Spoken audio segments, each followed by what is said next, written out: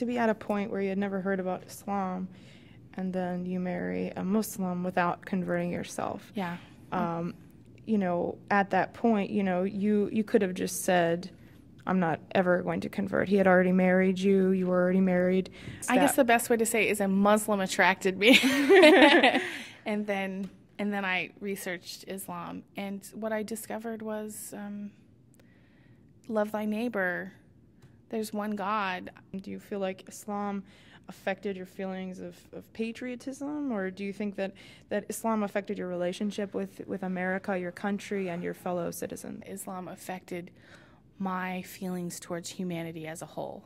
It made me want to be a better human being. Honestly, my relationship with America, I feel more patriotic because I feel more connected to people. I feel more responsible for people. I'm so proud to be a Muslim in this country.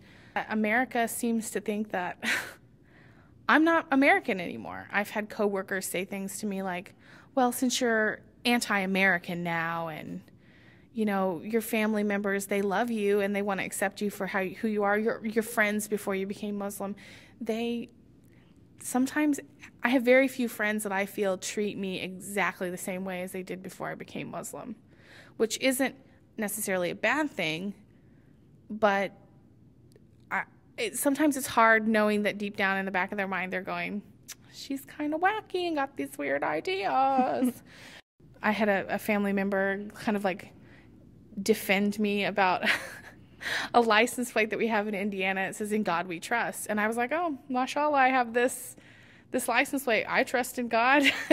I'm glad I trust in God. And they were like, oh, and it's not even the same God. That's so disrespectful. And these things hurt me because God's not different to me than it is to a Buddhist or a Hindu or a Christian or a Jew. It's exactly the same. I don't feel less towards these people because they choose to worship God in a manner that suits them.